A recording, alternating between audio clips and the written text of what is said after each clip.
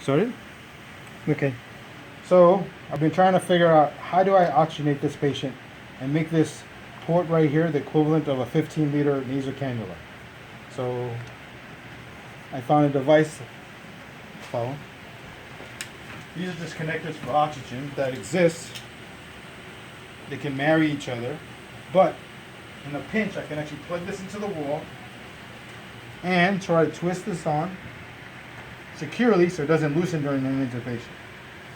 And this is how I would provide high flow oxygenation to a patient who I later on would try to intubate. This is one solution.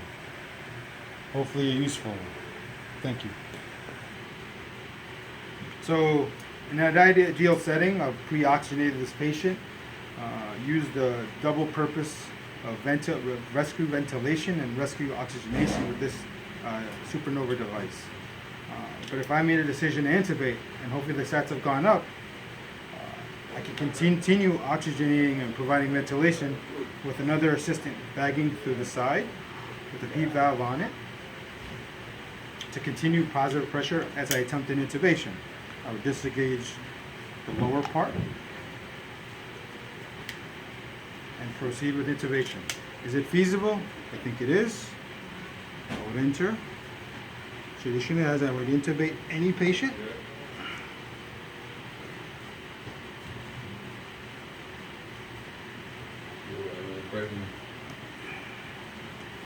Success.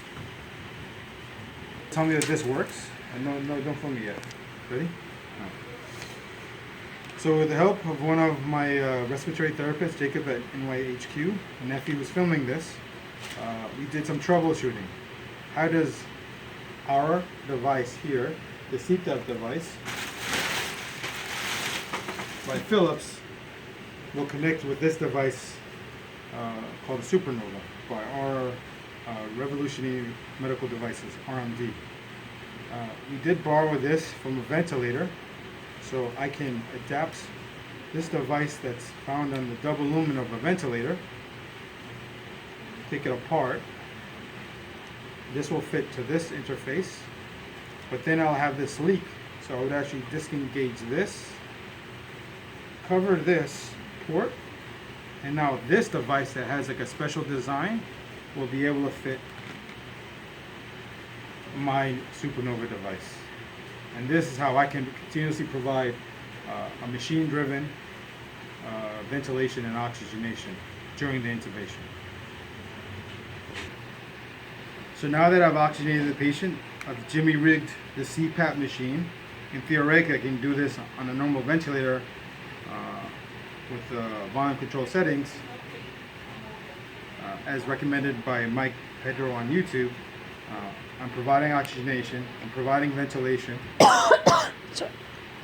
So we're going to continue using this adapted jimmy rigged device that we've used from a regular ventilator to our Philips non-invasive machine. This will continue the oxygenation and rescue ventilation. If I made a decision to intubate despite this device being used, either with sedation or no sedation, delayed sequence intubation protocol, if I made a decision to intubate, I will remind myself that I can disengage the part that's covering the mouth, given medications appropriate to the scenario, to the case of the patient, their hemodynamics, and proceed with intubation. Hopefully my chest is not too big, and my lower abdomen is not too big to provide hindrance to the intubation. So a little adaptation is required. Now we'll proceed with intubation. Is it feasible? I think it is.